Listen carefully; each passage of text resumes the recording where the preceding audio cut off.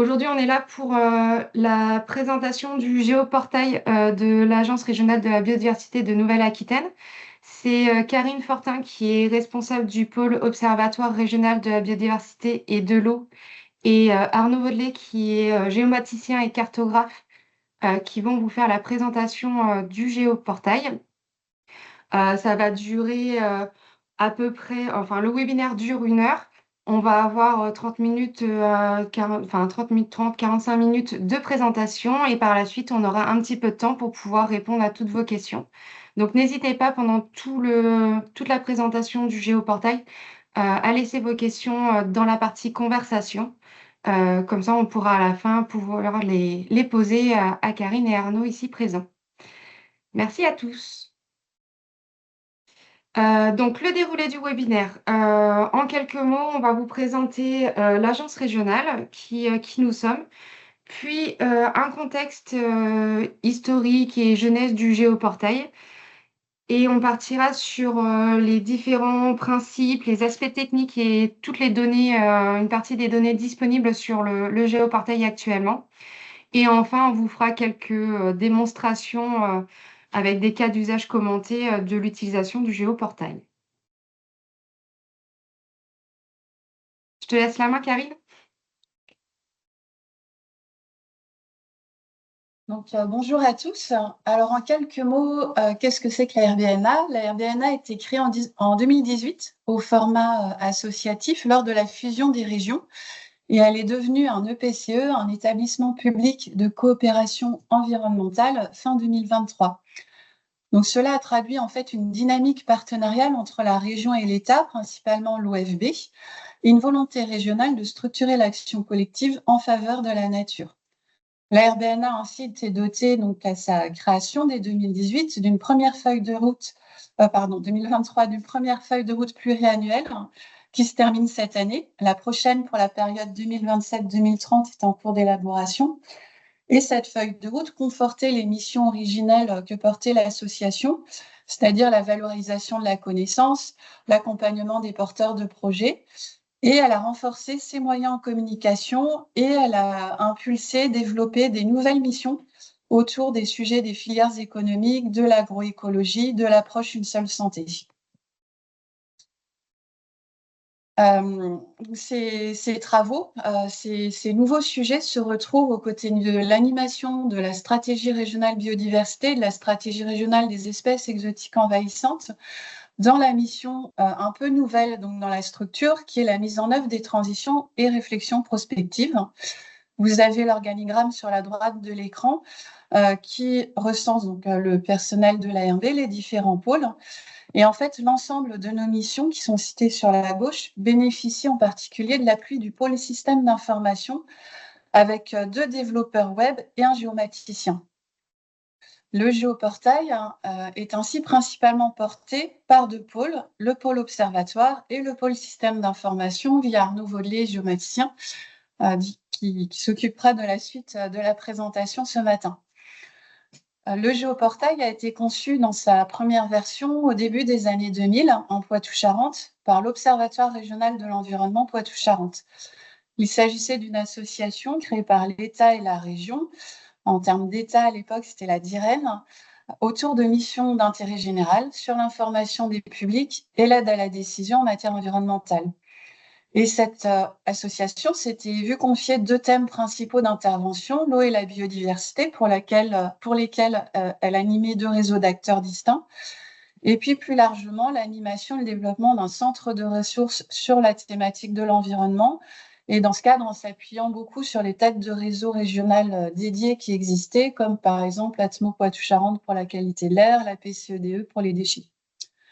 Et donc, la conception du géoportail s'inscrivait dans les grands principes d'intervention de l'ORE Poitou-Charentes, qui étaient notamment de ne pas centraliser les données, de mettre en avant les experts et les producteurs de données. Alors, le géoportail, qui s'appelait alors à l'époque le SIGOR, le système d'information géographique de l'ORE, avait pour objectif d'être un point d'accès unique aux données environnementales sur le Poitou-Charentes et de pouvoir visualiser et croiser différentes couches d'informations environnementales. Et c'est le travail en réseau qui contribuaient fortement à son enrichissement. Au début des années 2000, toutes les données n'étaient pas forcément structurées en base de données, notamment les données biodiversité. Le SINP n'existait pas, d'où un échange en fait de bons procédés et de contributions. Concrètement, l'ORE Poitou-Charentes a apporté des soutiens aux partenaires pour structurer, numériser leurs données. Et en échange, en quelque sorte, les données étaient valorisées dans le SIGOR. À noter aussi que ce SIGOR pouvait être décliné sur d'autres territoires ou sur des thèmes spécifiques. C'est le cas, par exemple, du visualiseur du réseau partenarial des données sur les zones humides, le RPDZH, qui est géré par le FMA, le Forum des Marais Atlantiques. Et puis, au bout de quelques années d'existence, on a observé en fait 2 temps forts. On peut recenser 2 temps forts pour le développement de cet outil, donc entre 2000 et 2018. Le premier temps, ça a été la directive Inspire, donc qui date de 2007, et qui vise en fait, qui imposait même à établir une infrastructure d'information géographique dans les États membres pour favoriser la protection de l'environnement. Concrètement, des services dédiés devaient être mis en ligne pour permettre de cataloguer les métadonnées des données géographiques, c'est-à-dire les informations qui décrivent la donnée, devaient permettre la consultation en ligne de ces informations et pour les producteurs qui l'autorisaient, pouvoir télécharger ces données. Donc, nous avons appliqué en fait cette directive au géoportail, au SIGOR à l'époque, et donc en développant le géocatalogue du SIGOR, donc qui décrit les différentes données et couches d'informations auxquelles on accède dans l'outil. Un deuxième temps fort pour l'outil, ça a été l'extension à d'autres territoires que celui du Poitou-Charentes, notamment sur la Gironde, dans le cadre de l'animation du réseau Paysages et Biodiversité de Gironde, et puis également sur l'ex-Aquitaine, et ensuite sur le Limousin en 2018 lors de la fusion des régions. Donc, quand cela était possible, on a étendu en fait les couches d'informations qui préexistaient en Poitou-Charentes. Ainsi, alors en 2018, donc on est à la fusion des régions, on est à la création de l'ARBNA au format associatif. L'ORE Poitou-Charentes a fusionné avec l'ARBA en Aquitaine au sein de cette nouvelle structure. Et le SUIGOR est devenu les géoportails de la RBNA.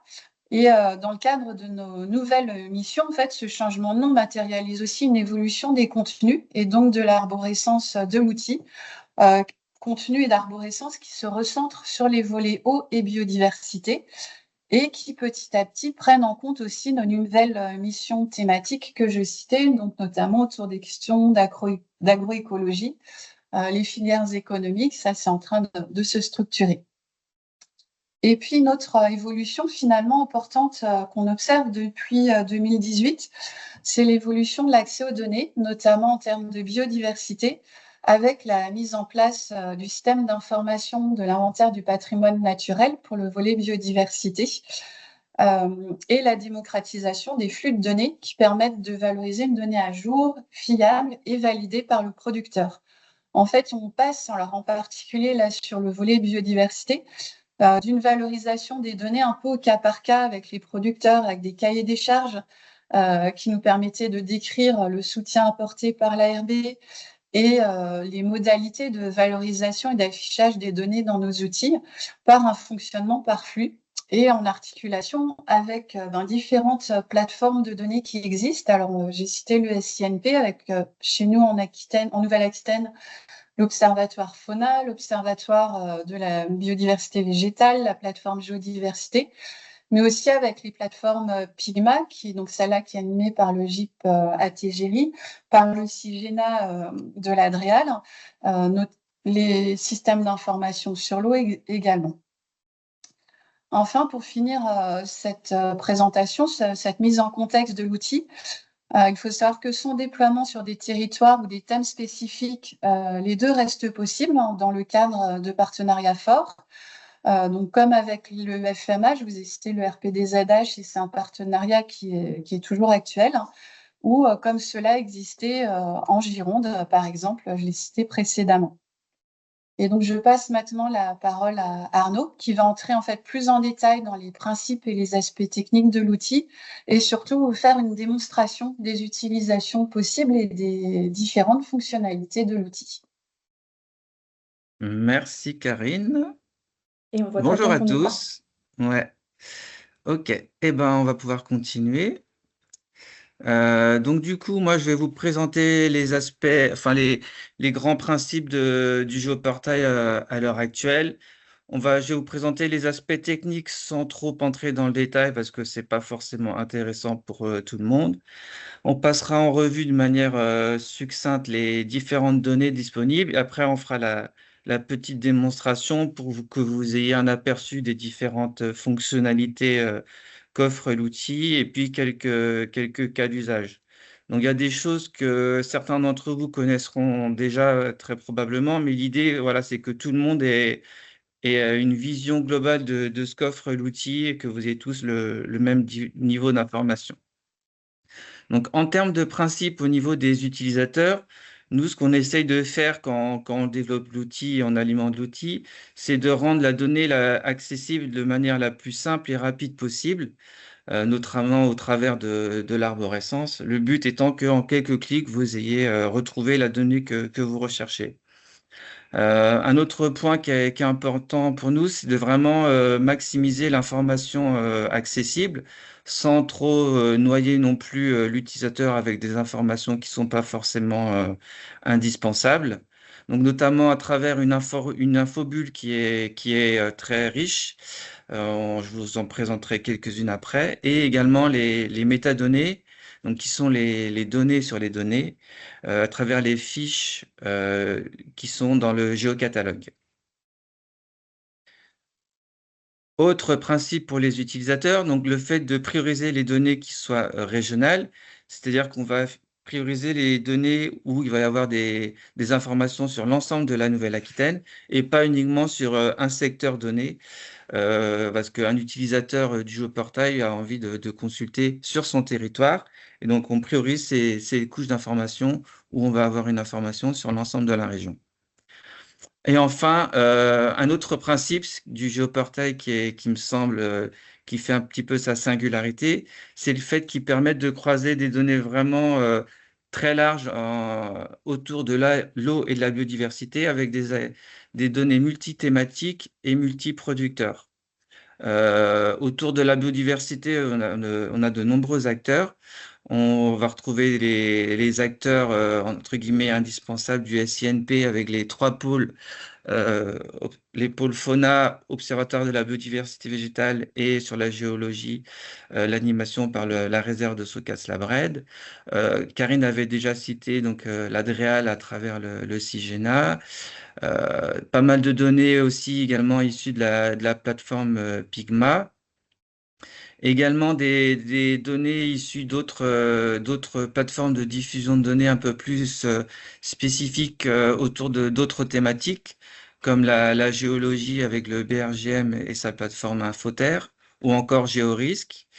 Également une alimentation à travers pas mal de données issues de DataGouv, la plateforme nationale, et également la nouvelle plateforme carte.gouv.fr de l'IGN.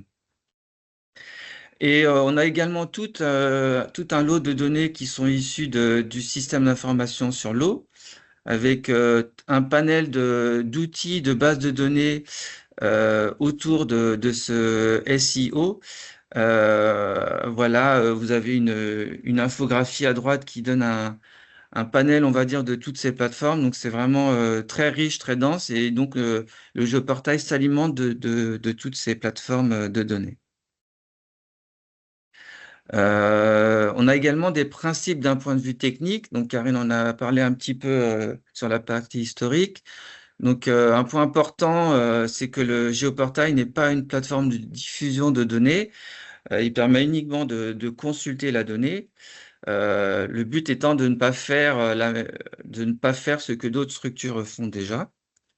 Un point important également, c'est qu'on essaye au maximum de mettre en avant les producteurs des données, les propriétaires des données, à travers la mention des sources, l'affichage des logos, l'information également dans les fiches de métadonnées. Vraiment, on essaye au maximum de mettre en avant les producteurs de données. Et enfin, vraiment, on essaye de s'articuler autour de ces plateformes, qu'elles soient nationales ou régionales, pour ne pas refaire ce qu'elles font déjà, mais plutôt essayer voilà, de s'articuler, de bénéficier des services qu'elles proposent.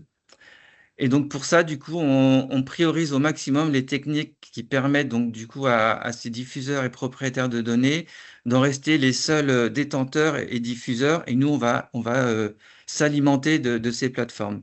Donc, pour ça, on utilise des systèmes de flux, WFS, WMS, on utilise les API quand elles sont mises en place, ou alors des scripts automatisés qui permettent d'interroger les bases de données.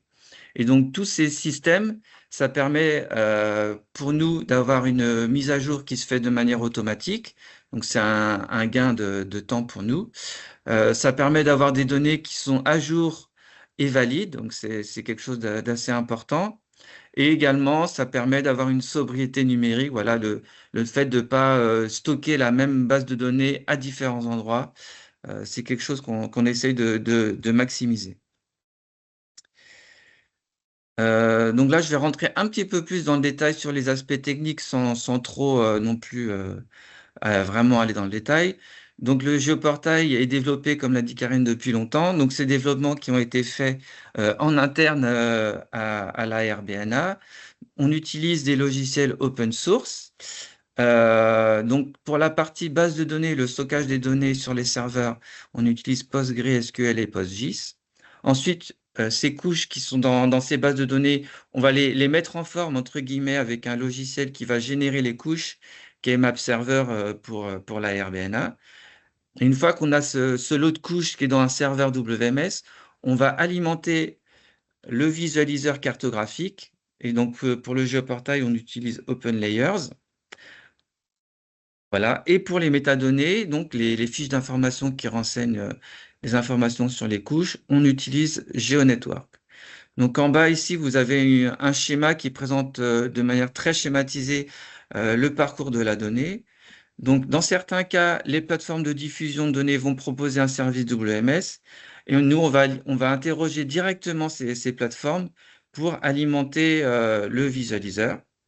Et dans certains cas, on va plutôt aller interroger ces serveurs pour stocker la donnée dans nos bases de données pour pouvoir faire un traitement différent de la donnée ou un affichage différent. Dans certains cas, on a besoin voilà, d'afficher la donnée d'une certaine manière, de la mettre en forme.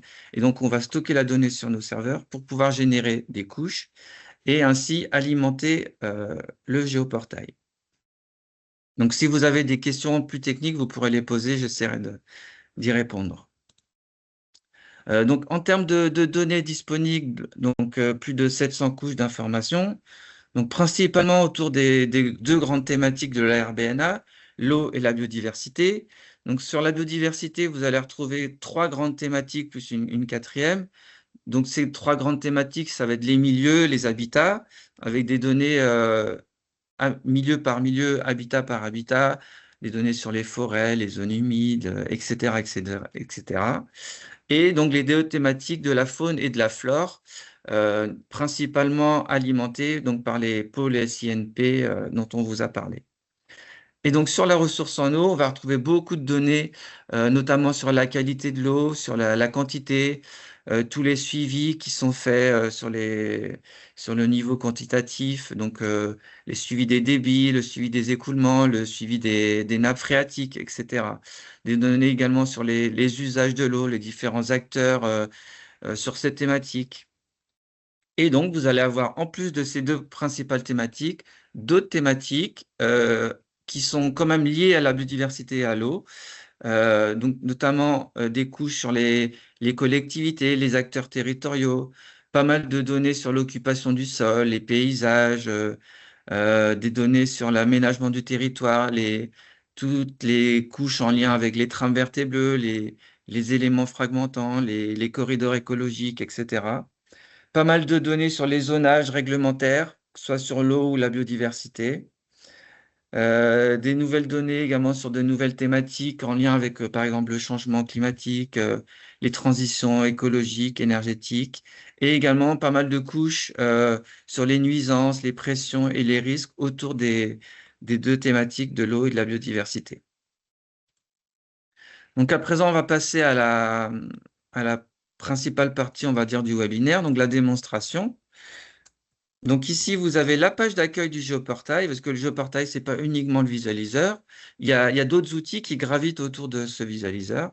Et vous avez également 3 pages, on va dire, annexes au visualiseur que je vais vous présenter très rapidement. Donc une première page prise en main de l'outil qui va présenter très rapidement les grands principes, les grandes fonctionnalités, voilà, comment prendre l'outil en main, comment bien l'utiliser. Une autre page couche disponible, qui est une page qui va lister sur une seule page l'ensemble des couches de l'arborescence. Donc, c'est une page qui peut être assez pratique pour faire une petite recherche. Et donc, dans cette page, vous avez un lien que vous allez pouvoir cliquer dessus pour afficher directement la couche. Vous avez également un lien pour afficher la fiche métadonnées de la couche en question et une mention de la source, donc du producteur de la donnée. Enfin, dernière page, une page service WMS qui va présenter le principe du WMS, à quoi ça sert, comment on s'en sert, et également du coup la mention du service WMS du géoportail et une liste des principaux services WMS qui alimentent le géoportail et qui sont incontournables sur les thématiques de l'eau et de la biodiversité en Nouvelle-Aquitaine. Donc, cette adresse du flux WMS de Géoportail, vous pouvez par exemple l'utiliser dans un logiciel SIG comme par exemple QGIS. Donc, dans le gestionnaire de couches de données, dans l'onglet WMS, vous pouvez entrer ici l'URL du service WMS de la RBNA, vous connecter et vous allez retrouver l'arborescence du géoportail pour afficher ensuite les couches que vous voulez afficher directement dans votre projet QGIS.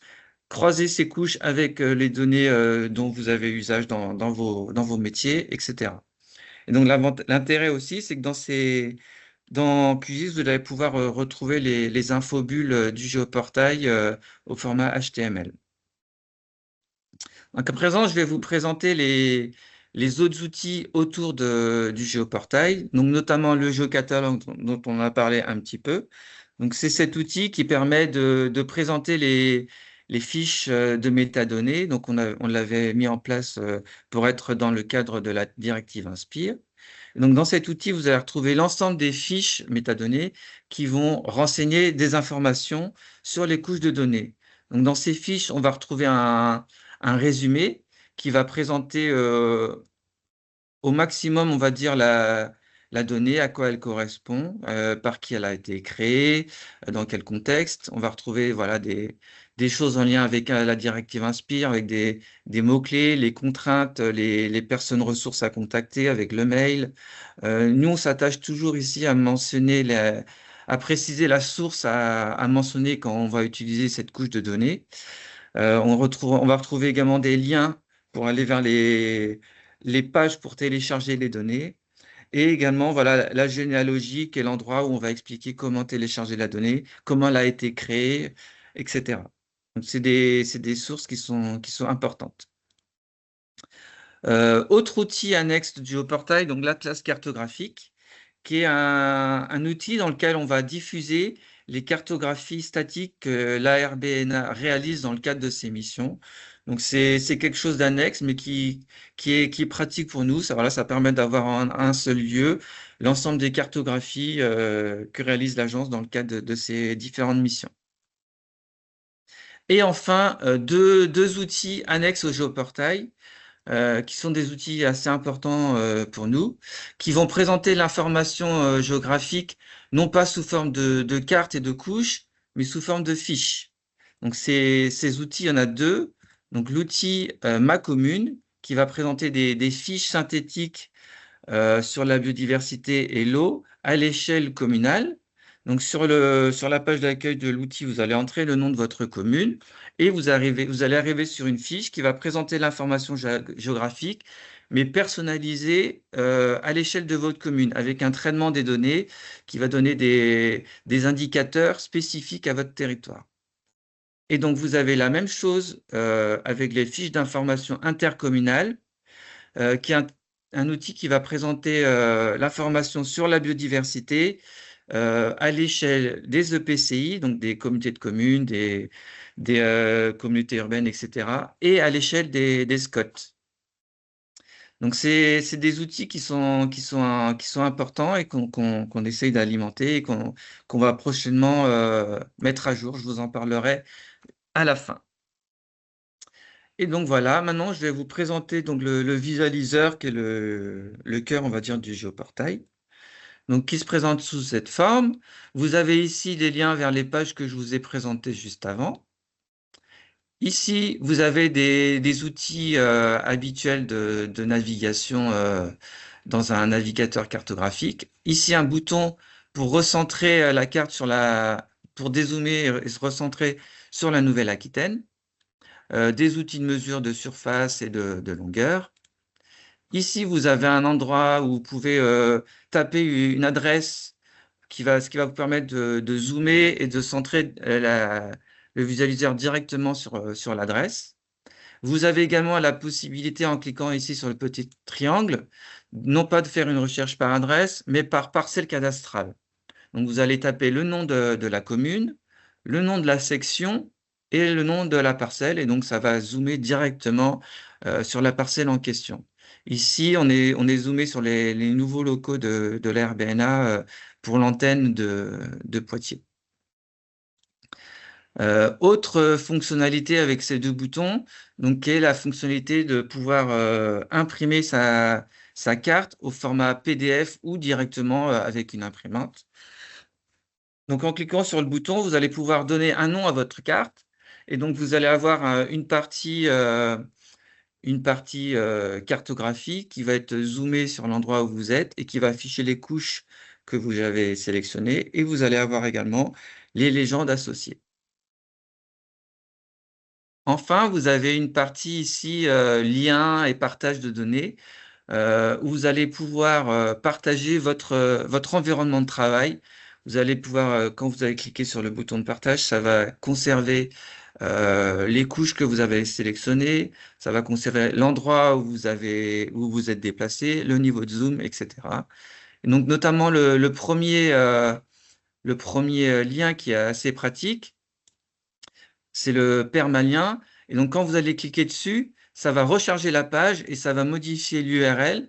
Et donc, dans cette URL, vous allez retrouver les paramètres de votre plan de travail avec les couches qui ont été sélectionnées, le niveau de zoom, l'endroit où vous êtes, etc. Et donc, cette URL, vous pouvez la copier, par exemple, et la partager dans un mail. Voilà, si vous voulez dire à un collègue ou un partenaire, bah, dans le géoportail, il y a telle couche. Voici l'URL pour accéder directement à la couche de données. Ici, vous avez un petit bouton ajout d'une couche en WMS.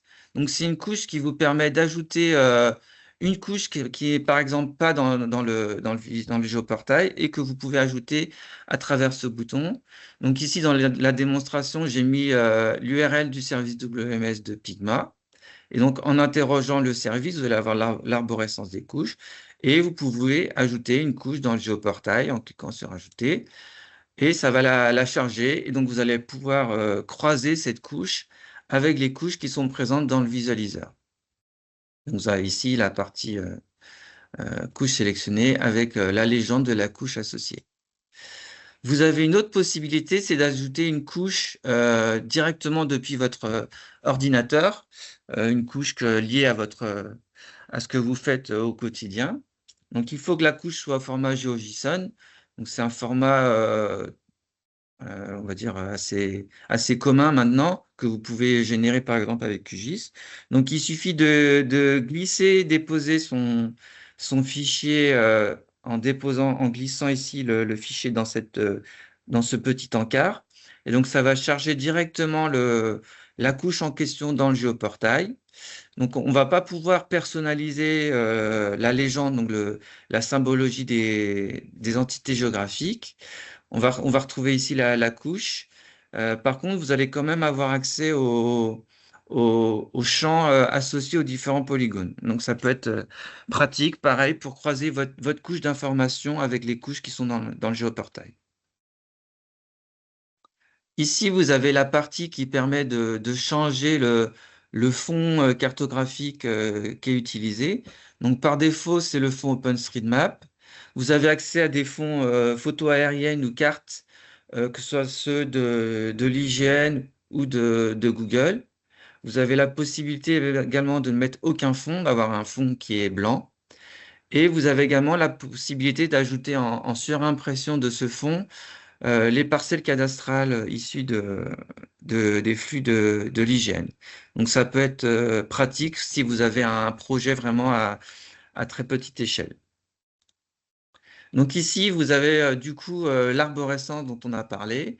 Donc le principe quand on est dans le visualiseur, c'est que soit vous savez exactement quelle couche vous voulez afficher, ou alors vous avez une idée, une vague idée d'une thématique, on va dire, que vous voulez rechercher. Et donc vous allez pouvoir dérouler les différents menus pour afficher, pour voir déjà les couches disponibles et ensuite les afficher.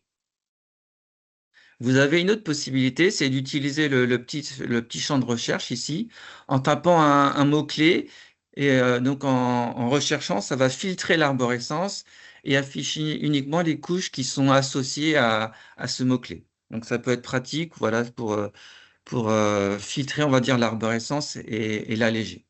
Et donc, une fois que vous avez cliqué sur la couche qui vous intéresse, ça va la charger dans le géoportail et ça va ajouter ici dans la partie couche, sélectionner les différentes options liées à la couche.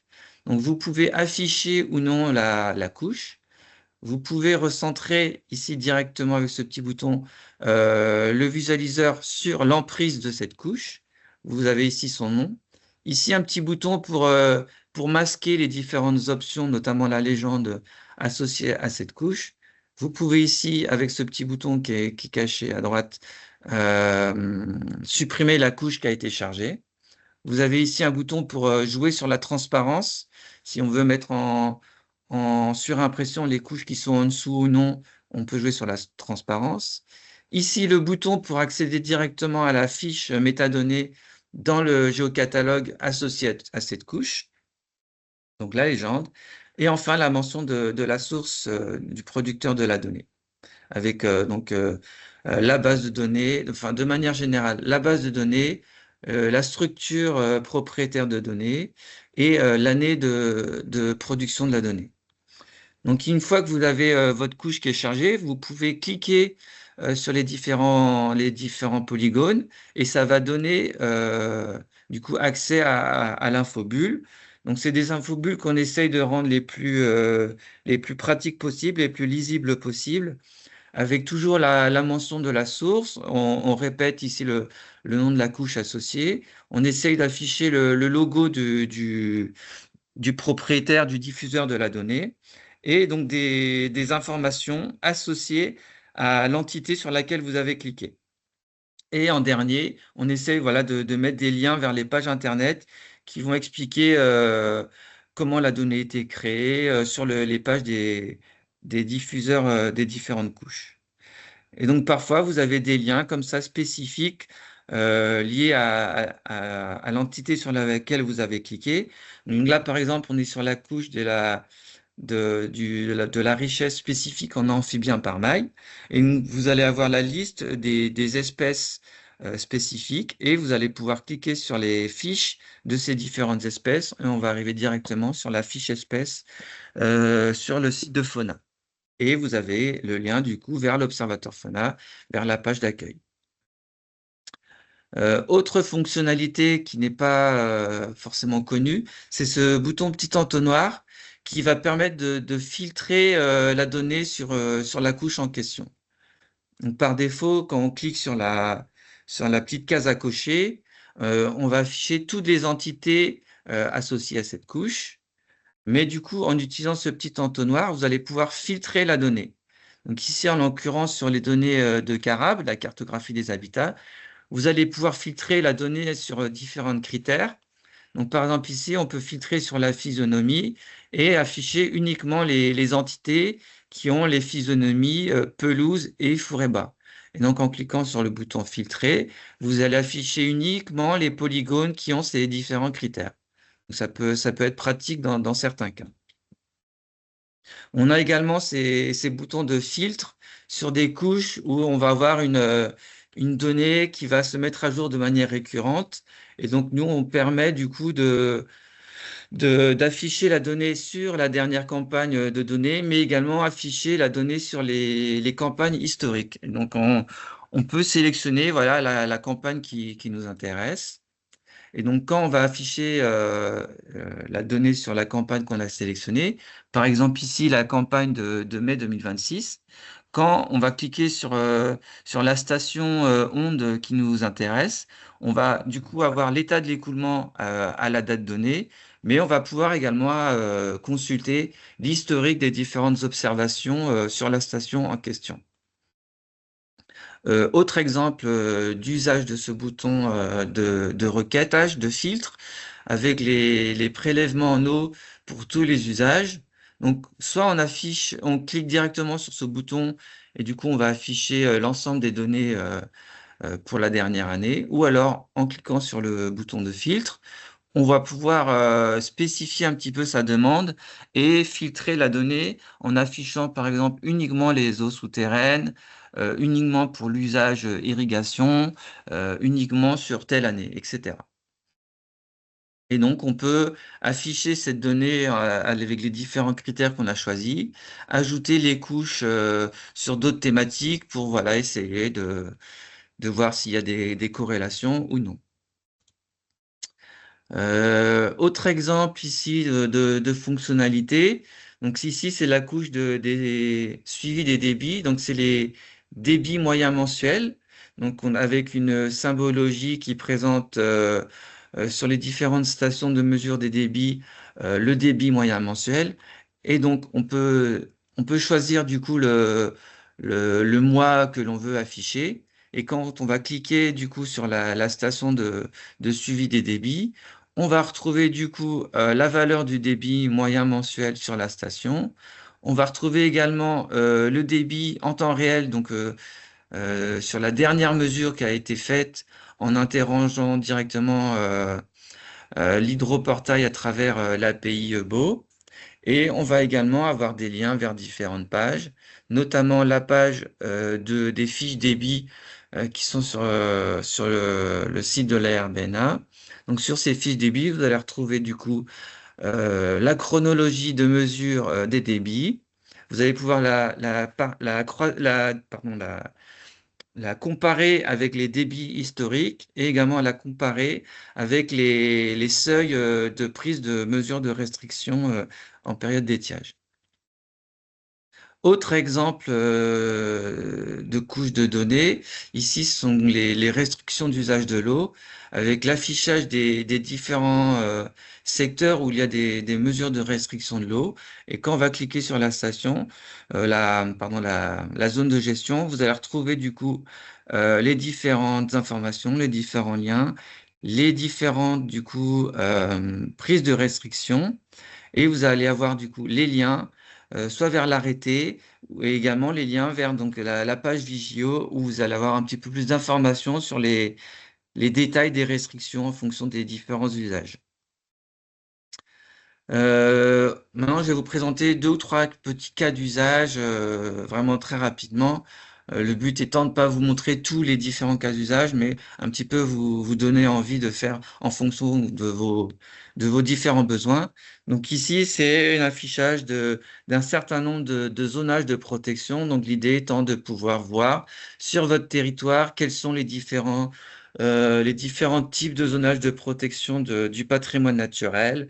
Voilà, est-ce qu'il y a une réserve naturelle? Est-ce que je suis dans un parc naturel? Est-ce qu'il y a des sites Natura 2000, etc., etc.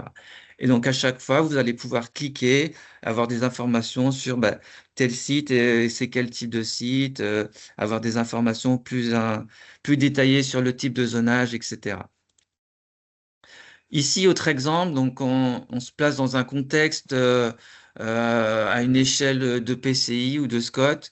On va essayer d'afficher des données en lien avec donc les continuités écologiques pour la macrofaune. Donc, en essayant d'afficher des couches d'informations sur les réservoirs de biodiversité, les corridors et les éléments fragmentants. Donc ici, on a affiché par exemple des couches sur la typologie des forêts, également un affichage des haies, donc de la baie des haies, les haies qui sont des corridors écologiques, affichage des éléments fragmentants qui empêchent la macrofaune de se déplacer.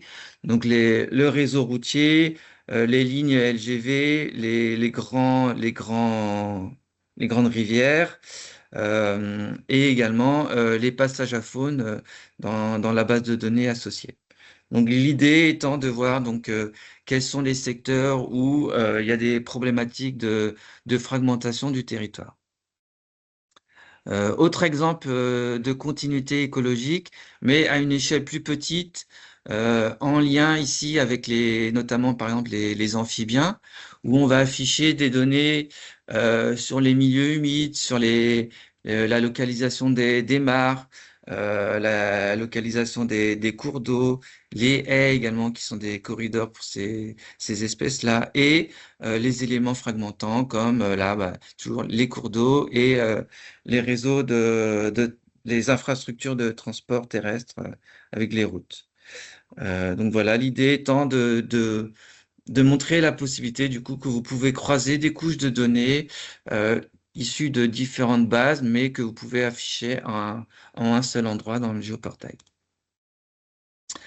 Donc à présent, les perspectives pour l'outil. Donc pour 2027, on a une nouvelle charte graphique à la RBNA. Donc on aimerait bien de voilà, refaire un petit peu la charte graphique du géoportail pour la faire correspondre avec la nouvelle charte graphique de la RBNA, donc il va également avoir un nouveau portail pour l'agence.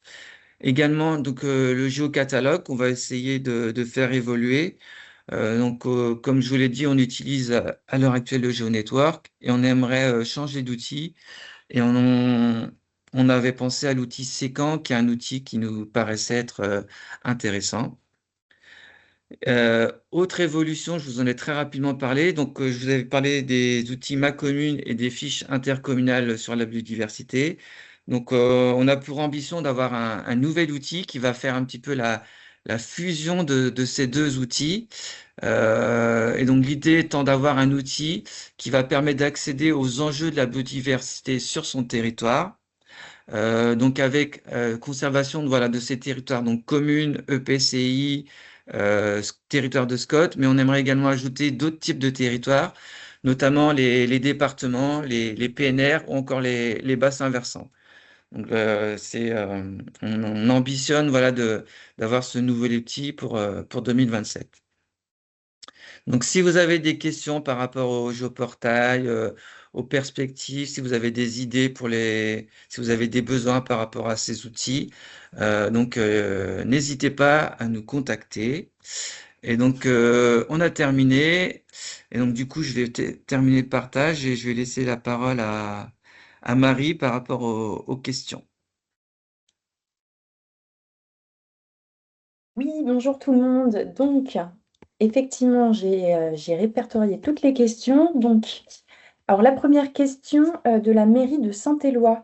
Est-ce que ce sont des plateformes gratuites? Alors, c'était quand tu montrais les plateformes dont le géoportail s'alimente. Ouais. Bah oui, oui, toutes les plateformes sont. Enfin, toutes les plateformes qui alimentent le jeu portail sont des plateformes gratuites. De plus en plus, les données sont mises en open data, notamment dans le cadre de la directive Inspire. Quand une donnée n'est pas en open data, c'est souvent que voilà, il y a une information qui est sensible, notamment s'il y a des informations avec des noms des personnes ou si c'est lié à des espèces protégées, etc. Mais toutes les données qui sont dans le géoportail sont des données qui sont gratuites, on va dire. En tout cas, la consultation, oui, elle est gratuite. Alors, merci Arnaud. Juste avant de continuer, en fait, on a la communauté de communes Île et Crampes en Périgord demande si tu peux repartager ta dernière diapo avec les contacts. Peut-être pendant Ah qu'on peut oui, faire les questions, tu remets juste oui, cette diapo-là. ouais, voilà. Nickel. Ok, donc deuxième question. Alors, c'est de Aurélie. Y a-t-il une couche pour les zones en obligation de débroussaillage? C'était quand tu étais dans la partie démonstration au tout début. Ouais, non, on n'a pas cette couche dans le géoportail. Je ne sais pas si elle est diffusée dans des portails de nos partenaires. En tout cas, elle est pas présente dans le géoportail. On essaye voilà, de mettre les couches qui sont les plus pertinentes, mais on va pas non plus mettre toutes les couches d'informations pour pas noyer l'utilisateur. On essaie d'avoir un compromis sur les couches qu'on met à l'intérieur du géoportail. Nickel, merci. Alors, une nouvelle question de Laurence. Peut-on rentrer des coordonnées GPS quand tu étais sur la partie ajout des couches, partage des couches? Non, c'est pas quelque chose qui est possible, mais c'est une bonne idée. On pourrait ajouter cette option même avec par exemple, les smartphones, je sais qu'on peut, voilà, interroger la localisation avec le smartphone. Donc, ça peut être une perspective d'ajout de fonctionnalité, voilà, de se localiser avec des coordonnées ou directement, l'usage du smartphone, ouais. Mais à l'heure actuelle, non. Nickel. Alors, une nouvelle question donc d'Inès de la communauté d'agglomération du Pays Basque. Elle demande si on a des couches marines. Alors, c'est une bonne question. Il y en a quelques-unes.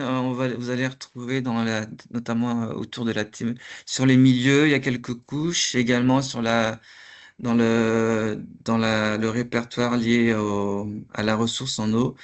Il y a quelques couches, mais c'est une thématique un petit peu nouvelle pour l'agence et en tout cas, on ambitionne d'enrichir le jeu portail avec des couches liées au milieu marin.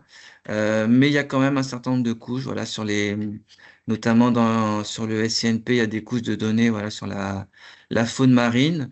Il y a quelques couches sur les milieux benthiques, mais on peut mieux faire, on va dire. Donc, on ambitionne d'avoir de nouvelles couches liées au milieu marin. Mais c'est une thématique un peu nouvelle pour la RBNA, donc c'est pour ça que c'est pas, euh, c'est pas une donnée historique, on va dire. Alors, une nouvelle question d'Antoine de Soltena. Peut-on s'identifier sur le géoportail pour ne pas perdre ses projets d'une session à l'autre, sur le même principe que les projets QGIS? Alors, à l'heure actuelle, c'est pas une fonctionnalité qui existe. Par rapport à ça, la seule option que vous avez, mais qui permet entre guillemets quand même de faire ça, c'est le petit bouton permalien dont je vous ai parlé. Donc vous pouvez sélectionner les couches qui vous intéressent. Vous cliquez sur le bouton permalien et donc ça va vous mettre à jour l'URL. Et cette URL, vous pouvez la mettre en favori, par exemple. Et donc en cliquant sur votre favori dans votre navigateur, vous allez directement retrouver vos couches de données que vous aviez sélectionnées. Mais on n'a pas dans le jeu portail la possibilité d'avoir un compte avec des sessions, etc. Ça, c'est pas quelque chose qui existe à l'heure actuelle. À voir si c'est un besoin qu'on pressent dans les différents usages, parce que ça nécessiterait quand même pas mal de développement. Euh, donc, à voir si c'est vraiment, s'il y a un besoin autour de cette possibilité. Nickel, merci. Une question de Martine. Qui contrôle les données open source, pardon? Oula, c'est une donnée très très vaste. Globalement, chaque producteur de données va contrôler sa donnée. Euh, les, les structures publiques ont obligation de diffuser leurs données. dans le cadre de la directive Inspire, elles ont obligation voilà, de rendre accessibles leurs données, notamment tout ce qui est les données de l'hygiène, par exemple. Après, il y a des données qui sont sensibles et qui ne sont pas diffusées. Mais on va dire chaque propriétaire de données est maître de sa diffusion.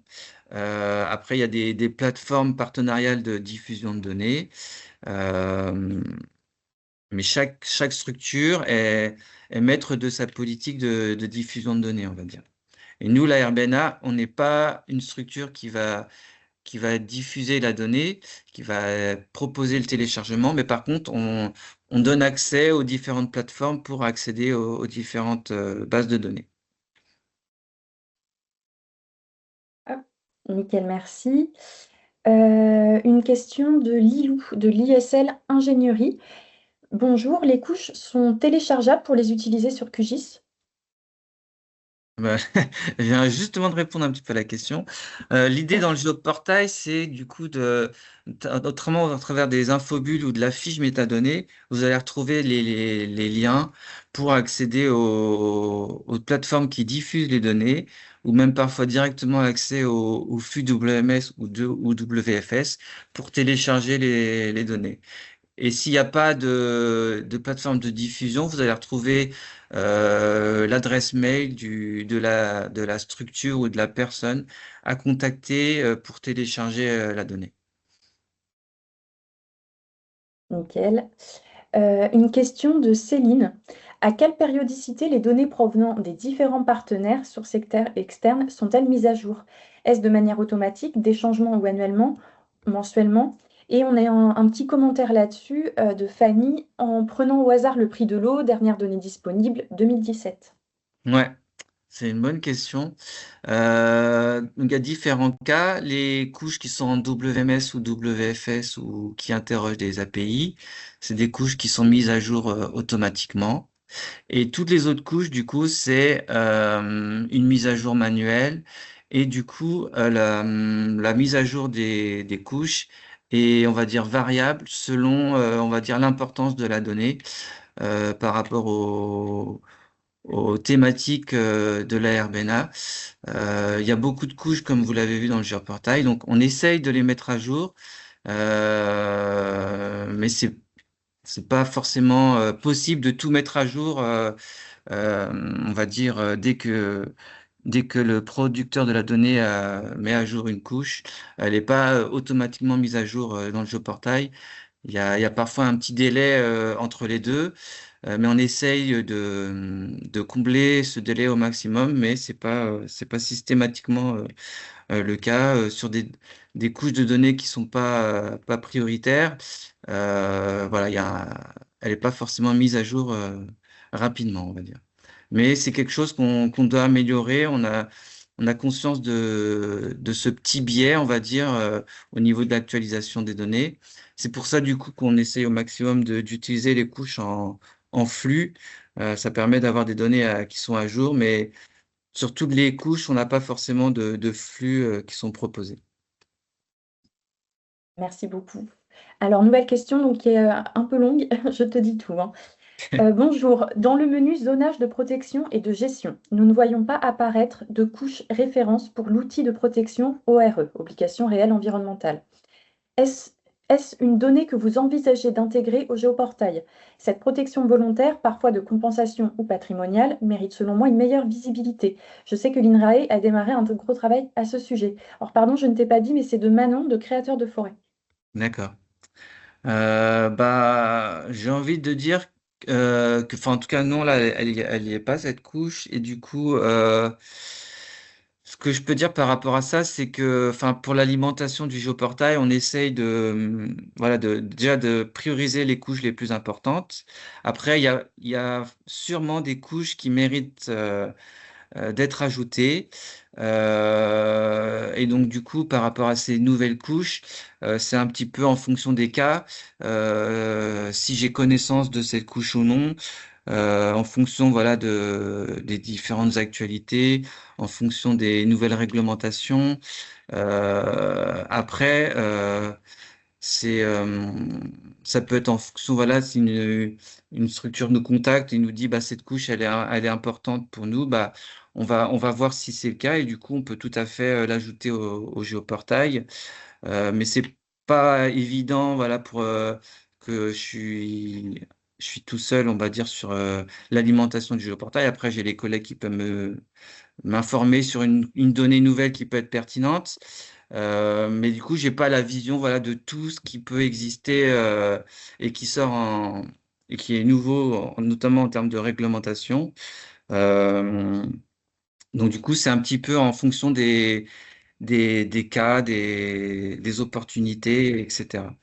Mais du coup, par rapport à cette couche, je regarderai pour l'ajouter ou non. Après, comme je vous ai dit, vous pouvez ajouter vos couches dans le géoportail ou alors ajouter les couches de géoportail dans vos propres logiciels.